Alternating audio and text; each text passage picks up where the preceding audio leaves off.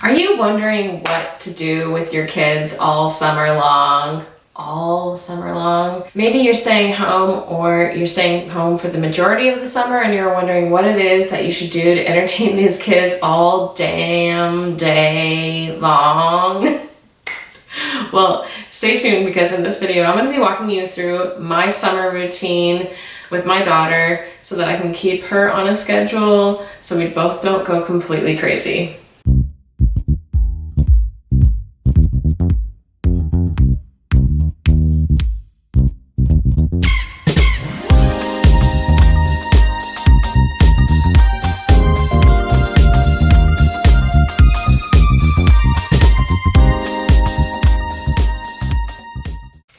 What's up, friends? I'm Heather and I'm just trying to keep it together. I'm a certified anxiety coach and hypnotherapist. I'm a mom, an artist, and all the things above. And here on this channel, I want to inspire moms to live well-balanced, stress-free, creative lives so they can be their whole authentic selves and create a life they love, all while raising amazing humans. Here on this channel, we talk about personal growth, wellness, manifestation, and much, much more. So be sure to hit subscribe so you don't miss a thing and we can keep it together.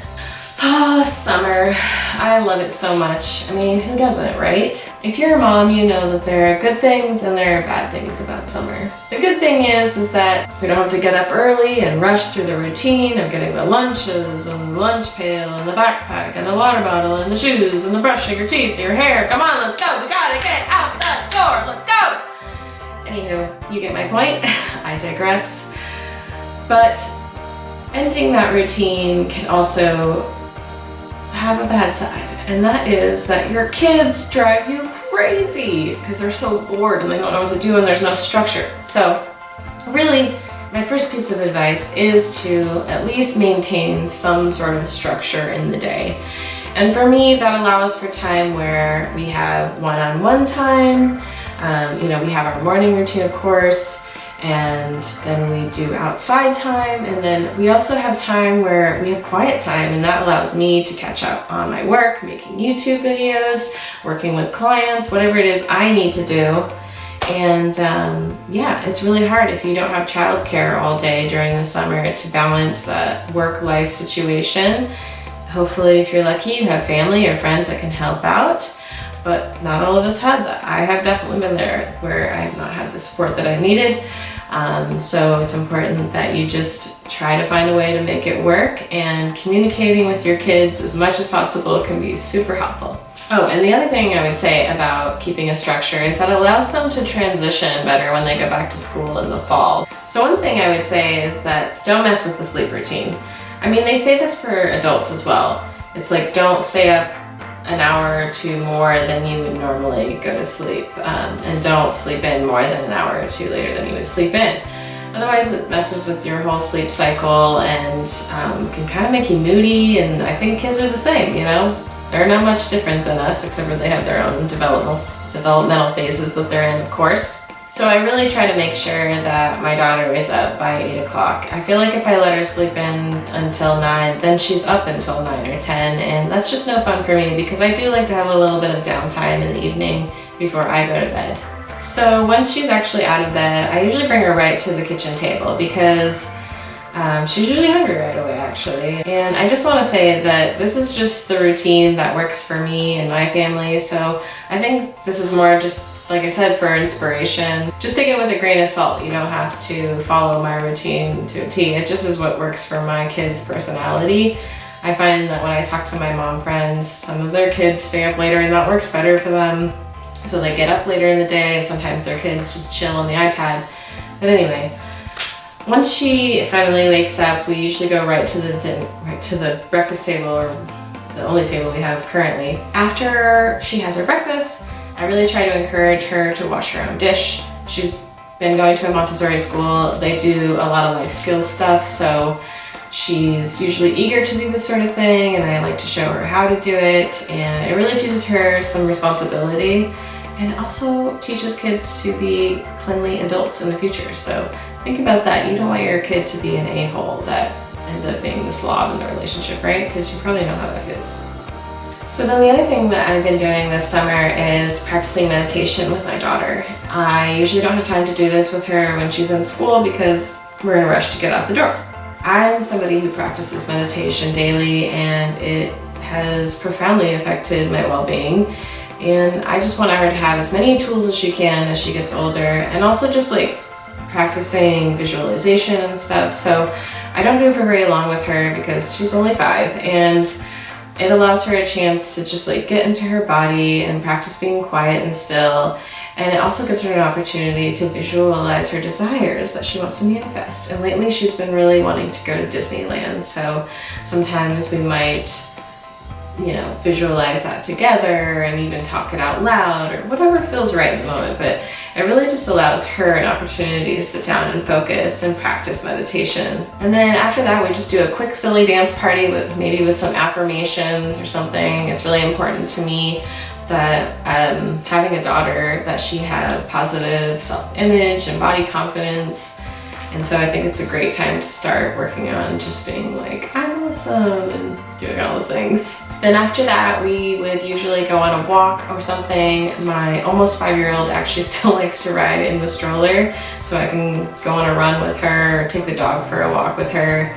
I'm just trying to move our bodies, like that's really the habit I want to help her instill in herself, is to just listen to her body. And sometimes we might do yoga together. I will often ask her what she wants to do so that she can learn to listen to her body. And then if her choice doesn't necessarily make me feel good in my body, like if she wants to do yoga but I need to run, then we'll just like find time for both, because she's not going to do yoga for a whole hour or anything. So I'll allow her a little bit of time for some yoga, and then we'll get outside for a run. But really the goal for us is to try to move towards getting outside. My kid is really outdoorsy. I think most kids are, I would hope. And just wants to be outside exploring things. We live in a heavily wooded area, so there's always banana slugs and all sorts of things to just explore. And this actually, as a mom, really allows me the time to just slow down and be really mindful, because she often wants to stop and look at things. And it's really good for both of us and our wellness. So then I try to allow for as much time as we can outside. Even in the rain, we just try to put on raincoats and stuff. And if you are a parent that, kind of avoids going outside because of the weather and stuff with kids, I really highly recommend this book called There's No Such Thing as Bad Weather. And I can link it down below as well. But it really inspired me to just like toughen up and get some good gear, because I live in a rainy area. I mean, it's beautiful too, but it's like it is technically a rainforest where I live, and we get a lot of rain. And so luckily it's not that cold when it rains, but we just put on a shell and stay warm and stuff. Luckily right now, at the time of making this video, it's summer, so we are in bathing suits a lot and stuff. But I just want to encourage you to figure out ways that you can get outside and get some fresh air. So once we've spent a long enough time outside and we're kind of feeling like it's time to transition into another activity, I will then come into the house to set up an activity of some sort. I really want to make sure that she doesn't get behind on numbers and reading, and she's about to go into her kindergarten years, so I have been setting up some time to work on those things, but with no pressure, of course. So you might find some activities for your child that are age appropriate to make sure that they're still at least keeping up with the things that they had already learned the past year, not necessarily pushing them to learn new things. It's summer, we want to just kind of relax and have fun. My daughter personally is very creative, loves doing art. That was very much how I was at her age. So we have a nice area in our house that is set up for doing art projects, and so I just allow that to be the learning experience as much as possible. We can count beads, we can read words. She likes to glue things and paint and do all the things, so this really fills up a lot of time as well, and just again being slow and mindful. After we're done with this phase, we clean up, and then we kind of get ready for the lunch transition. transitioning into lunch, we're working on the life skills stuff. So she actually can make her own sandwich with some supervision and whatnot, and cutting and making her own lunch, which is really fun to see her do, and gives her a lot of confidence in herself to be able to do things for herself. So then after lunch, we'll probably head back outside. As it is summer, it's going to be the hottest point in the day. So we really want to take advantage of those water activities. We might have some friends over at this point. Just playing outside again as much as possible, enjoying the heat of the day.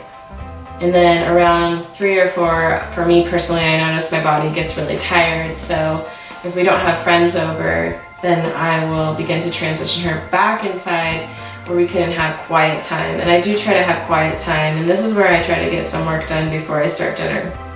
So I'll usually set her up with a movie or an iPad, and we've been doing this since she was little, where it's like we have quiet time so she understands what that means. Now that does not mean that she doesn't interrupt me, so I definitely try to pick work activities like email that don't require like deep concentration. You know, it's sort of light work, things where if she interrupts me, I'm not gonna get irritated and snappy with her. Yeah, and that's basically it. You know, this is how I fill the days with my kid when we are at home in the summer alone with no other plans. So let me know in the comments down below, what are you doing this summer to keep your kid busy at home so they don't drive you crazy? Hey, thanks so much for watching this video. Please give it a thumbs up. Hit that subscribe button so that we can keep it together.